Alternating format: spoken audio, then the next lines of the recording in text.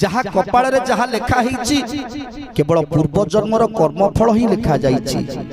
तेणु से पूर्व जन्मर कर्मफल को ए जन्म आमे भोग करूछंती, पूर्व जन्मर कर्मफल को ए जन्म भोग करूछंती भाभी कर्म को आदरी जदि दुख को आमे सही जिबा, जदि दुख को सही जिबा ना ताहले से दुख आम पाई सुख ही जिवो। ए मनुष्य जन्मर लाभ होउछि एकमात्र जदि आमे गोविंद को चरण कमल रे समर्पण करिदबा।